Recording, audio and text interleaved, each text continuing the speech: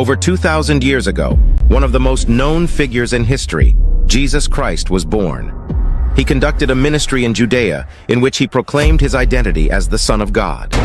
As a consequence of this, he was crucified, and according to Christian doctrine, he experienced resurrection after spending 2 nights in a tomb. The resurrection of Jesus Christ is the cornerstone of the Christian faith. One of the most disputed sacred relics is believed to stand as one of the most compelling pieces of evidence for Christ's resurrection, the Shroud of Turin. Mocked by the scientific community as a mere medieval forgery, mainly due to previous carbon dating results, the shroud underwent a thorough examination. Despite all skepticism, it frequently seems as if a divine influence is directing its path to reveal to the world that it does, in fact, hold the memory of one of Christianity's holiest occurrences, the resurrection of Jesus Christ. In a breakthrough hailed as one of the most momentous in the history of the holy relic, researchers managed to unveil an inscribed name on it, providing conclusive proof of its authenticity. Before we delve further into this recent discovery, let's first explore the rich historical background of the shroud. In the Gospel of John, we find a reference to the burial clothes left in the tomb, and it appears that these garments played a pivotal role in John's belief in Jesus' resurrection. It's believed that the Shroud of Turin may have been used to envelop the body of Jesus Christ upon his resurrection. Given the ongoing questioning of the Shroud of Turin's authenticity, providing a definitive history for it is also a challenging task. The first documented historical reference to the shroud appears in a text from 1389, which recounts a public exhibition of the shroud in 1355 in Lirey, France, by a French knight named Geoffrey de Charny. Nevertheless, it faced resistance even from within the church. Bishop Pierre d'Arcis of Troyes, in a letter to the Pope, labeled it as a skillfully crafted painting and a deliberate forgery. The shroud eventually came into the possession of the House of Savoy, Italy's royal family, in 1453, and it remained in their ownership until 1986, when it was bequeathed to Pope John Paul II and his successors upon the death of Umberto II of Savoy. Starting in 1464, the shroud found a home in a dedicated chapel in Chambéry, nestled in the French Alps. A significant event occurred there on December 4, 1532, when a fire damaged the shroud, leading some to speculate that this incident may have influenced the controversial results of the 1988 radiocarbon dating of the material. In 1578, this relic discovered its sanctuary within the royal chapel of the Cathedral of San Giovanni Battista in Turin, Italy. Subsequently, it gained widespread recognition as the Shroud of Turin. The shroud is truly extraordinary, presenting a 3-dimensional rendering of an entire human form. This burial fabric exhibits exceptionally detailed, life-size depictions of a crucified man, unlike any other artifact in the world. This image is believed to depict none other than Jesus Christ himself. In an era where technology's prowess allows for nearly boundless achievements, it remains a perplexing enigma that no one has succeeded in replicating the mysterious image or the distinctive characteristics of the Holy Shroud. The Shroud of Turin has been a topic of fervent debate and has been subjected to rigorous examination for more than 115 years. Nevertheless, the weight of substantial findings leans towards its association with Jesus Christ. You might remember the carbon dating tests from 1988 that were initially used to challenge its authenticity. But these tests have now been shown to be wrong, conflicting with other scientific methods, archaeological data, and physical evidence. Let's begin by discussing the recent discoveries made by Dr. Gilbert R. Lavoie, a dedicated researcher who has devoted 20 years to a unique blend of medical and scriptural investigations regarding this sacred relic. He has recently unveiled compelling evidence that unequivocally establishes the shroud as a representation of the precise moment of Jesus' resurrection.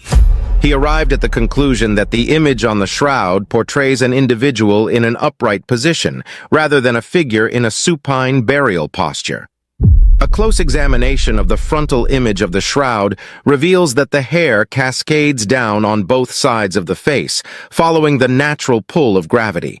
This same gravitational principle holds true when scrutinizing the back image, where the hair flows over the shoulders and descends down the back, perfectly in sync with the posture of an upright individual.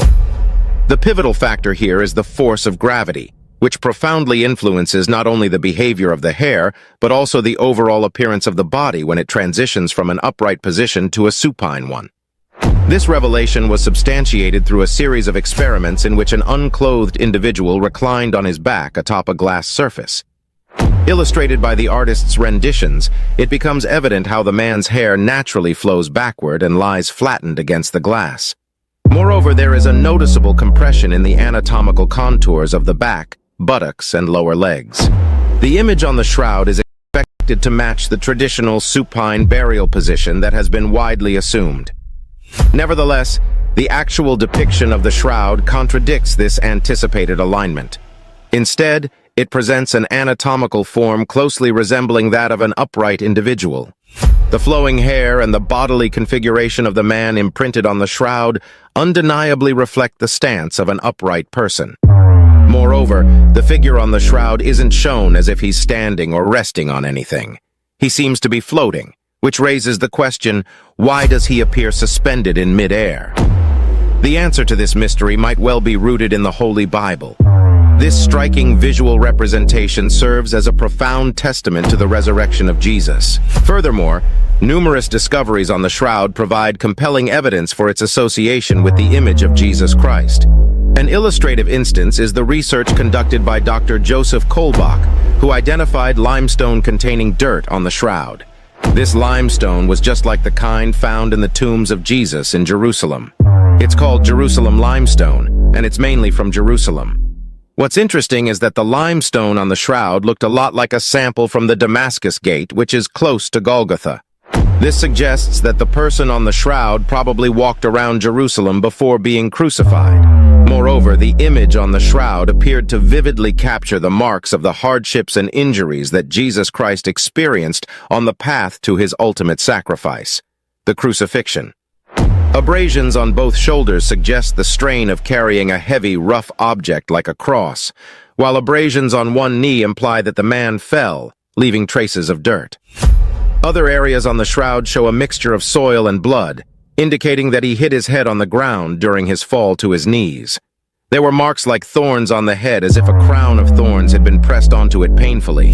The wrist wound on the shroud seems to be around the size of a 1 square centimeter square. Interestingly, in Rome, there's a church called the Holy Cross of Jerusalem that houses relics discovered by Saint Helen, Emperor Constantine's mother. Among these relics, there's a nail believed to have been used in crucifixions, and astonishingly, it measures precisely 1 square centimeter in size. The Shroud of Turin also displays a distinctive elliptical wound on the side, roughly 2 inches in width, a dimension that corresponds to the size of a Roman spear. The depiction on the shroud further reveals a separation between the red blood and clear blood serum, a phenomenon commonly observed when an individual has succumbed to death and sustained a wound. This separation results in the distinct discharge of both blood and water from the side wound, a detail explicitly mentioned in the Gospel of John. These specific characteristics align with only one account in history, pertaining to a singular individual.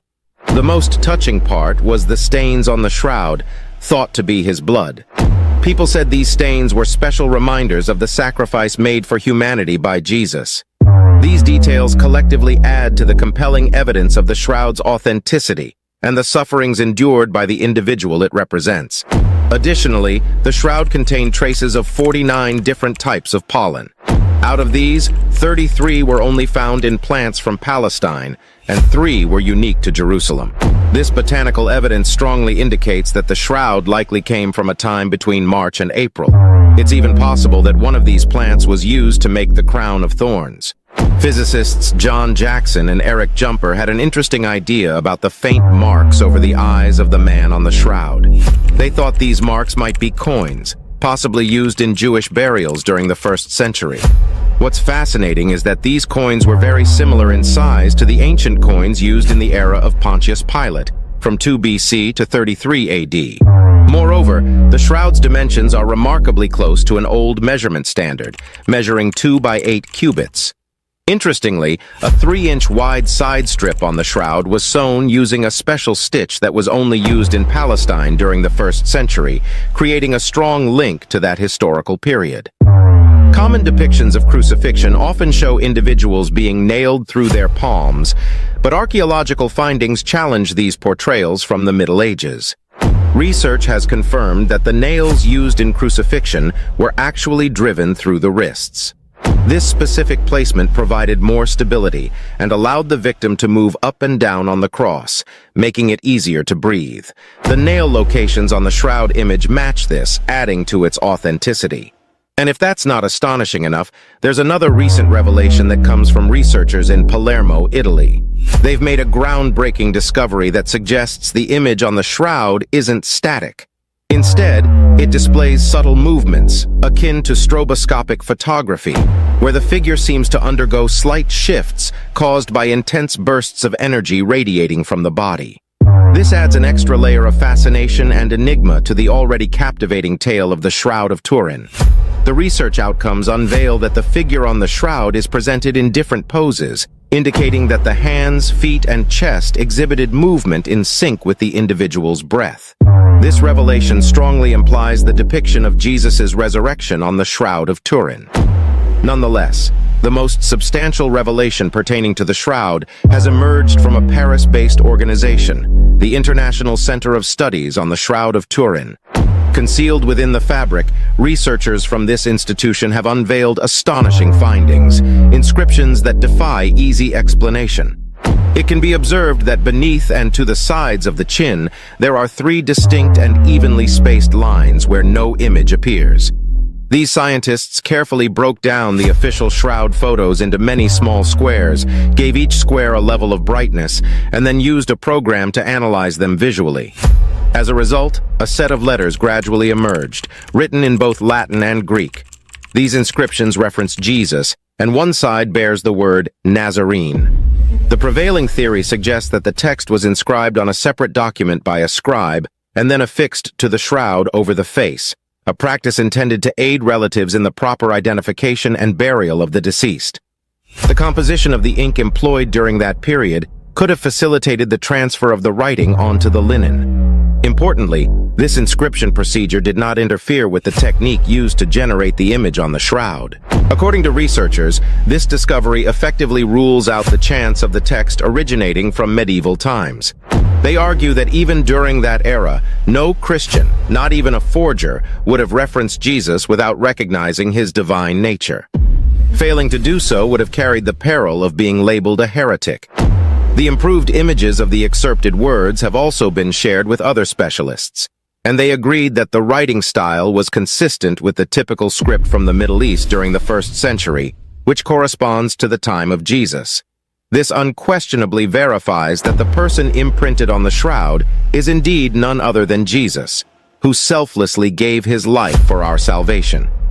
This raises a significant question. Just how crucial is the narrative of Jesus' resurrection to Christian believers?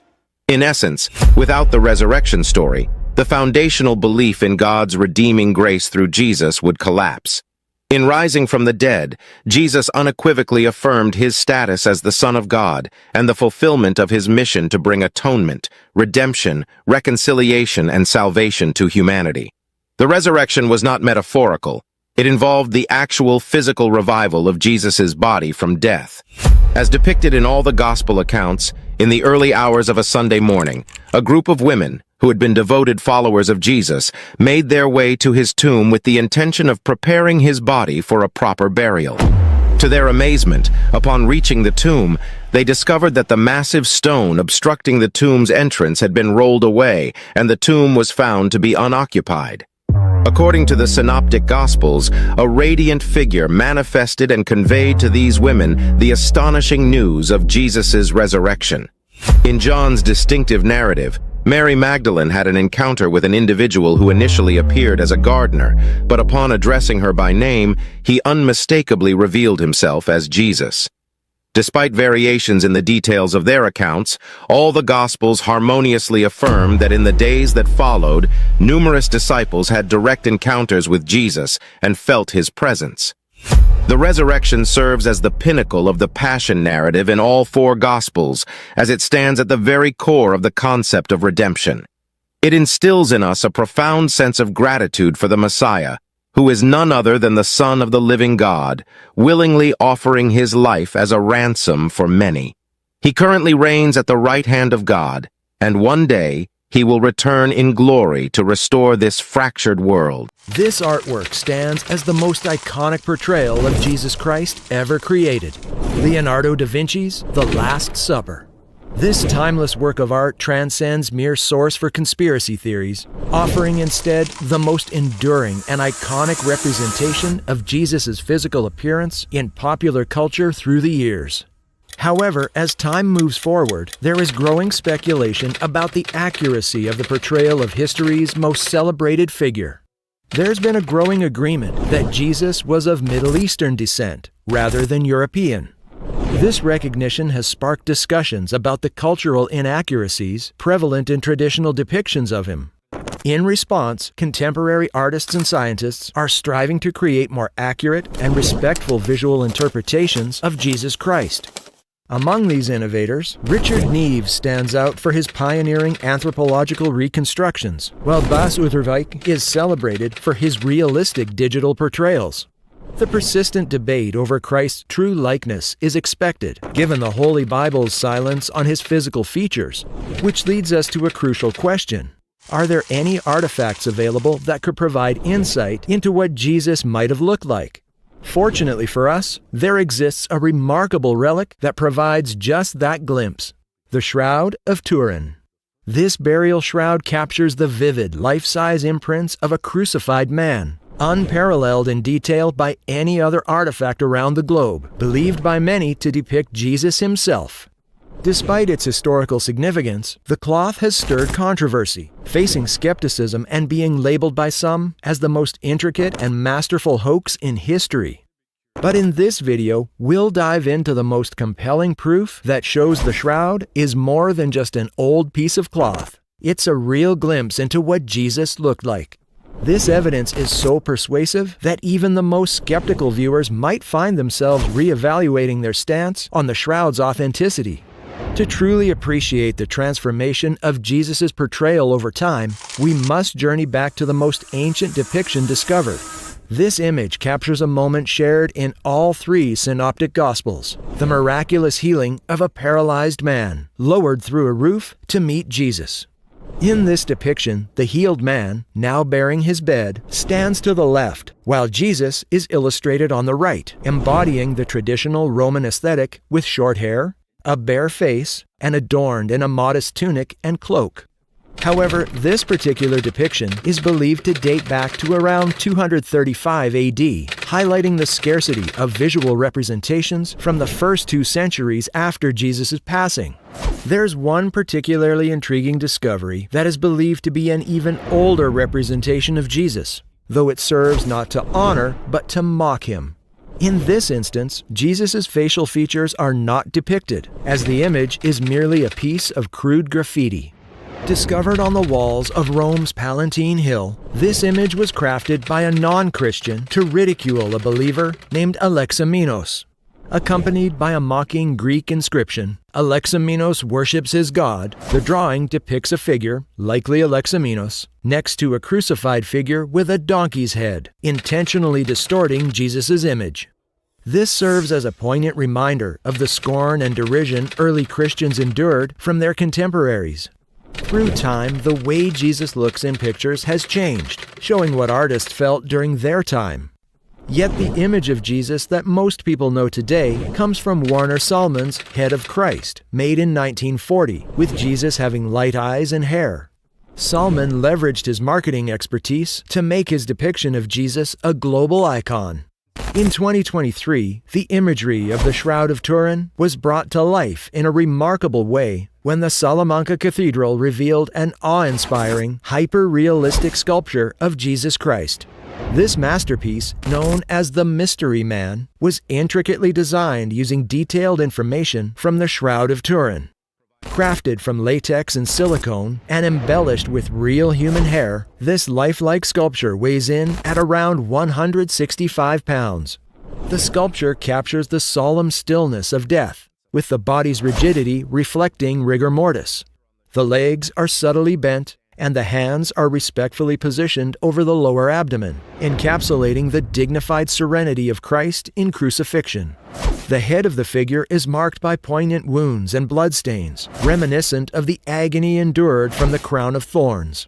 Thanks to this revolutionary sculpture, we've got a pretty clear picture of what Jesus might have looked like. But the big question is, how can we confirm the authenticity of this cloth as the genuine burial shroud of Jesus? You might expect scientists to be the first to question the shroud's authenticity, but you're in for a surprise. In fact, it's the scientists leading the charge who are reinforcing the evidence that supports the cloth's genuine nature. For example, Professor Giulio Fanti from the University of Padua developed a novel dating method by examining the decay of linen fibers. This technique dates the cloth to around 33 AD, aligning with the time of Jesus' burial. Another one is Professor Liberato De Caro of the Italian National Research Council, who utilized sophisticated X-ray techniques to authenticate the shroud's linen as originating from the 1st century. By analyzing a thread from the shroud alongside a textile discovered at the historically significant Masada site, besieged in 73 AD, De Caro's research decisively places the shroud within the context of ancient history, affirming its authenticity. On the other hand, Dr. Joseph Kolbach's intriguing study unveiled traces of limestone on the shroud, identical to the variety found in Jerusalem's tombs, known as Jerusalem limestone, predominantly sourced from this ancient city. Remarkably, the limestone residue on the shroud bore a striking resemblance to samples from near the Damascus Gate, in the vicinity of Golgotha. This compelling evidence hints that the individual wrapped in the shroud may have traversed through Jerusalem prior to crucifixion, weaving a tangible connection to the historical landscape of Jesus' final days. Physicists John Jackson and Eric Jumper proposed a captivating theory regarding the subtle imprints above the eyes on the shroud's figure, suggesting they could be coins, a practice seen in Jewish burials of the 1st century. Intriguingly, the size of these imprints aligns closely with the dimensions of coins from the time of Pontius Pilate, spanning from 2 BC to 33 AD, drawing a fascinating link to the historical period of Jesus. If the works of these experts aren't enough, then let's take a look at the most astonishing discovery found by the team at the International Center of Studies on the Shroud of Turin, headquartered in Paris. The team observed 3 distinct, evenly spaced lines devoid of imagery beneath and around the chin area. They proceeded to carefully divide official photographs of the shroud into countless small fragments, assigning a specific brightness level to each. Following this, they utilized specialized software to conduct an in-depth visual analysis of these fragments. The outcome of this meticulous analysis was truly remarkable, as it uncovered a series of letters woven into the fabric in both Latin and Greek. Within these subtle inscriptions, references to Jesus were identified, including a clear mention of the term Nazarene. It's widely theorized that these texts were initially written on a separate piece of parchment by a scribe, then laid over the shroud, specifically over the face. This approach was probably chosen to help bereaved family members identify their loved one and perform the necessary burial ceremonies. The properties of the ink from that period could have facilitated the transfer of the text onto the linen. Importantly, this act of inscribing did not interfere with the creation of the shroud's mysterious image. This breakthrough discovery was important for 2 reasons. First, it challenged the notion that the inscription was of medieval origin. This is due to the fact that in that period, no Christian, certainly not a forger, would dare mention Jesus without acknowledging his divinity, for fear of being condemned as a heretic. Secondly, specialists have affirmed that the script of the inscribed words corresponds with the writing styles found in the Middle East during the 1st century, the period during which Jesus lived. Now, let's pause and think about what some folks are saying, that this relic is just an elaborate hoax. You'd imagine that if that were the case, scientists would have cracked the code on how it was made after thoroughly examining the shroud. But that's not what happened. Quite on the contrary, even with the most sophisticated technological tools at their disposal, scientists are still confused by the mysterious method by which the shroud's image came to be. This is despite the fact that experts were granted 5 consecutive 24-hour days to examine it at the royal palace. After their thorough research, they've come up with this conclusion. The image contains no pigment, suggesting it is not a result of paint or any known artistic method. This conclusion is further bolstered by the shroud's resilience to damage from 3 separate fires and exposure to water, which would have likely altered or damaged a painted or inked surface. Even without using some fancy technology, the image on the shroud would stand on its own to confirm its authenticity. It captures with astonishing precision the grueling specifics of a first-century crucifixion, exactly as one might expect. Far from being just another crucifixion portrayal, the shroud intimately aligns with the vivid narratives of Jesus' ordeal detailed in the Gospels. This is exemplified by the depiction of Jesus' crucifixion enduring for merely 6 hours, in stark contrast to the prolonged agony of typical Roman crucifixions that could span several days, underscoring the intense severity of his suffering. The shroud also captures a unique detail from the Gospels. Jesus' legs were left intact, contrary to the typical crucifixion method designed to hasten death. This significant deviation, which fulfills a prophecy, is vividly corroborated by the shroud's imagery. A common modern misunderstanding is the belief that crucifixion involved nailing hands through the palms. However, archaeological evidence has debunked this notion, showing instead that nails were driven through the wrists to ensure stability and allow the crucified to adjust their position for breath. This critical detail is accurately reflected in the nail marks on the shroud, reinforcing its authenticity, as a forger from a later period would not likely have known this specific aspect of Roman crucifixion practices. Just as a corroborating witness in the real world strengthens the credibility of a testimony, the Shroud of Turin finds validation in a similar artifact, the Sudarium of Oviedo. Believed to have been placed over the face of Jesus after his crucifixion, this twin cloth reinforces the authenticity of the shroud. The credibility of these 2 cloths is reinforced by overlapping evidence. Notably, both bear blood and lymph stains of the AB type, a rarity in the broader population, but more prevalent among Jewish communities. Another extraordinary correlation came to light when the facial features extracted from the Shroud of Turin through the VP8 image analyzer were aligned with the geometric and physical details of the Sudarium. This comparison revealed a remarkable match between the two. Through advanced palynological analysis, scientists have made a remarkable discovery with the fabrics, traces of pollen that act as clear geographical indicators. The majority of these pollen grains were exclusive to Palestinian plants, with some being particularly linked to Jerusalem. Moreover, both cloths bear distinctive traces of limestone dust, characterized by low strontium levels, mirroring the specific limestone composition of Calvary in Jerusalem. This particular geochemical footprint robustly anchors both cloths to the Jerusalem landscape, resonating with the time of Jesus. Ultimately, the Shroud of Turin serves as a mute witness to the deep suffering and sacrifice Jesus Christ endured for humanity. What truly counts is not the quantity of evidence laid out, but rather the faith nurtured within our hearts and souls, recognizing the boundless pain Jesus Christ underwent for our salvation and redemption. As Peter stepped into the tomb of Jesus Christ on the dawn of Easter Sunday, he was met with a poignant scene, the linen cloths lying, and the napkin, which had been on his head, not lying with the linen cloths, but rolled up in a place by itself. This napkin, a sacred and somewhat lesser-known counterpart to the Shroud of Turin, is believed to have covered the head of Jesus Christ following his profound sacrifice on the cross. Many may not realize that there are actually 2 cloths associated with the burial of Jesus Christ. The Shroud of Turin, renowned and subjected to intense scrutiny, stands as one of the most analyzed relics in human history. The Sudarium of Oviedo, shrouded in mystery, has remained relatively hidden from public view for over a millennium.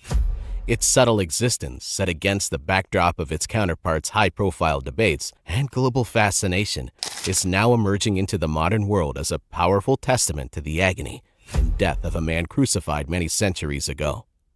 The Sudarium, measuring 34 by 21 inches, is made of linen fabric that is soiled, stained, and creased, featuring numerous translucent brown bloodstains that appear washed out. While it lacks a facial imprint, the patterns of its stains distinctly align with those expected from the head of a man who suffered a brutal crucifixion. Adhering to ancient Jewish customs, the veiling of the deceased, particularly those with facial injuries, was a sacred act of respect before burial. Revered as the seat of life, blood was considered as integral to the body as any flesh or organ. Consequently, relocating a disfigured body without appropriate covering was deeply forbidden. Equally crucial was the preservation of every drop of blood, necessitating its burial alongside the body. This sacred duty extended to the meticulous gathering of blood-soaked earth and the interment of any garments or linen stained with the blood, ensuring that the life essence was honored and laid to rest with dignity. The Shroud of Oviedo is revered as the very fabric that honored these sacred rites, believed to be the silent guardian of Jesus' last, deeply moving moments. This cloth is believed to have gently enveloped the face of the divine, providing a tangible and moving connection to one of the most profound biblical narratives in human history. For generations, Christian pilgrims have made their way to Oviedo in northwest Spain to honor this modest linen cloth. This lasting reverence raises an intriguing question. Are there any concrete proofs supporting the claim that this cloth truly touched the face of Jesus? Before we dive into the astonishing revelations that scientists have uncovered about this sacred relic, let's first journey through time to trace its remarkable history. While determining the origins of the Shroud of Turin presents a more complex challenge, the history of the Sudarium is well documented, effectively eliminating any uncertainties about its beginnings. This esteemed relic is believed to have been safeguarded since the time of Christ's crucifixion. Some accounts suggest that Saint Joseph of Arimathea bestowed the Sudarium upon Saint Peter, who occasionally employed it as a sacred relic during healing prayers. Subsequently, it was safeguarded by devout women in a cave near the monastery of St. Mark, situated beyond the Jordan River. Yet its trajectory shifted dramatically with the Persian invasion of Jerusalem. The sacred cloth, along with numerous other relics, was transported to Alexandria, Egypt. However, within just 2 years, the Persians also seized Alexandria. Fortunately, by then, the relic-laden chest was en route to Spain. Upon arrival, it was entrusted to Saint Isidore, the Bishop of Seville, and a prominent figure in the Western Church. Upon the death of Saint Isidore, the revered task of protecting the relic fell to Saint Ildefonsus, who would ascend as the Bishop of Toledo. He transferred the hallowed cloth to Toledo, the flourishing heart of Spain's Christian dominion, where it remained safeguarded until the onset of the Muslim conquest. In 718 AD, fleeing the relentless advances of the Moors, the relic found sanctuary within the secretive Monte Sacro cave, nestled in the rugged Asturias Mountains of northern Spain.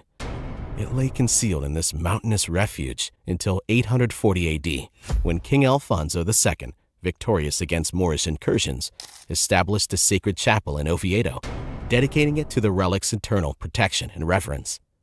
Historical records overflow with tales of divine phenomena witnessed by pilgrims at the site of this sacred relic.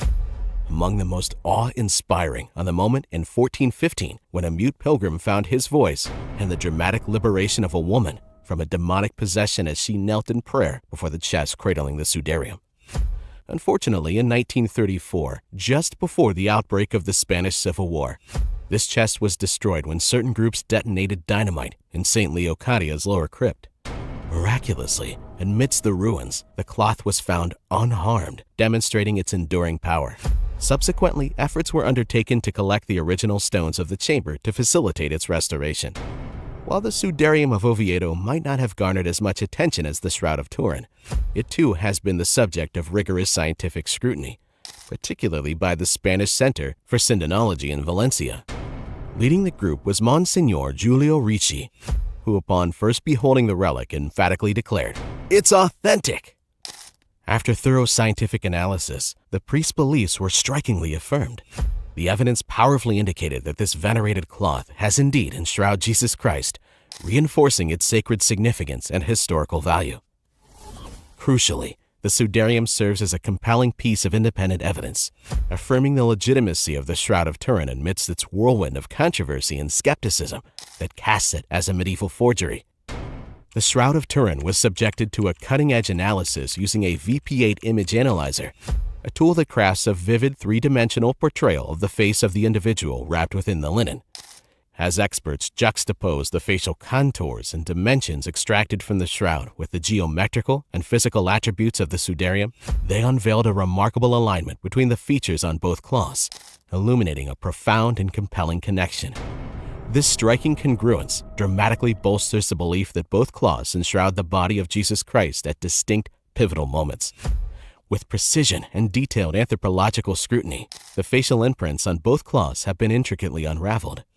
This was made possible as the body's varied positioning allowed blood from the mouth and nose to disperse uniformly across the cloth over time.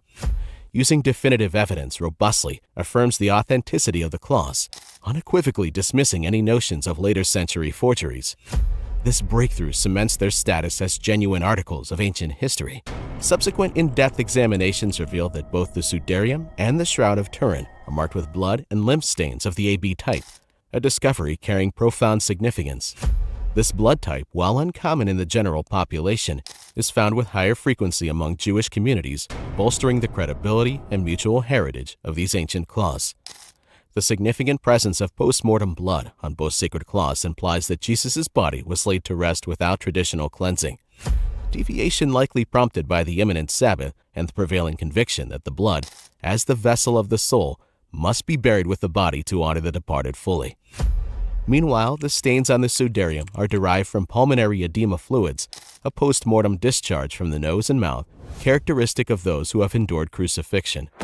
This phenomenon parallels the accounts of St. John, who described a similar flow from Christ's side.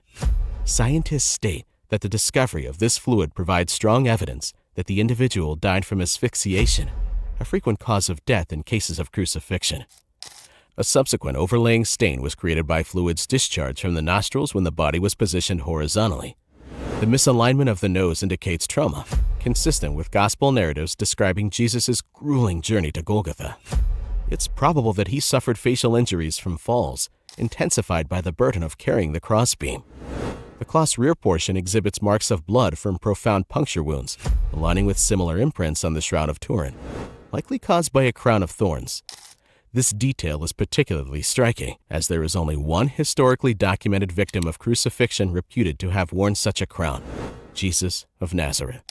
The Shroud of Turin notably features a distinct trickle of blood on the forehead, resembling the Greek letter epsilon, positioned above the drop from a puncture wound. Remarkably, this exact pattern is mirrored on the Sudarium in the identical location. Following his death, Jesus' head was noted to be inclined 20 degrees to the right and 70 degrees downward, a pose frequently depicted in classical portrayals.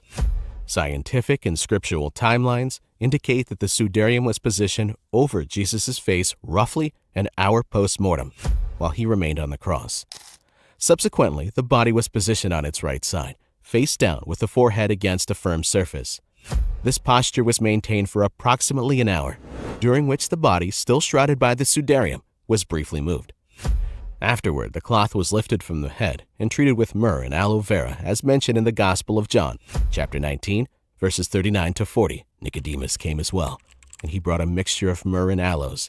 They took the body of Jesus and bound it in linen cloths with the spices, following the Jewish burial custom. Remarkably, traces of these ancient herbs have been identified within the Sudarium. This detail enhances the cloth's authenticity, as it is improbable that a relic forger would incorporate elements like aloe and myrrh, substances only detectable with modern scientific techniques. Moreover, the presence of distinct finger marks on the sacred cloth suggests deliberate efforts to manage post-mortem bleeding, revealing a narrative of careful and reverent handling of Jesus' body. Additionally, it is apparent that the individual whose face the cloth covered passed away in an upright posture, aligning with the manner of death by crucifixion. Drawing from the extensive work of Dr. Gilbert R. Lavoie, who has committed 2 decades to combine medical and biblical inquiry, it's been concluded that the image of the Shroud of Turin depicts a person in an upright stance, diverging from the traditional depiction of a figure laid out in a burial position. This finding corresponds with the posture suggested by the Sudarium. Through advanced palynological research on the Sudarium, scientists have uncovered that the pollen remnants embedded within the fabric serve as distinct geographical markers. This meticulous study indicates that the pollen originates from 3 specific regions: Spain and Italy, North Africa, and the Middle East, with 2 of the plant types found exclusively in the Jerusalem area. This compelling botanical evidence corroborates historical accounts, tracing the Sudarium's journey from the Holy Land through North Africa and ultimately to its resting place in Spain. Moreover, the cloth bears distinctive traces of limestone dust characterized by low strontium levels, mirroring the specific limestone composition of Calvary in Jerusalem. This particular geochemical fingerprint robustly anchors the Sudarium to the Jerusalem landscape, resonating with the time of Jesus. The Sudarium emerges as the authoritative symbol, reinforcing the Shroud of Turin's authenticity and inextricably linking their fates and authenticity. If the shroud were a fabrication, then the Sudarium would need to be part of the same elaborate deceit, a feat nearly inconceivable in its complexity. Together, these two relics interlock, each reinforcing the credibility of the other. They present a compelling argument, positioning themselves as the genuine burial cloths of Jesus, entwined in history and mystery. These revered cloths stand as a powerful testament to the profound sacrifice, signifying that the Son of the living God willingly endured the ultimate agony, offering his life as a redemptive act to deliver humanity from the shackles of sin. What are your thoughts about this? I hope you like our story. Until the next one.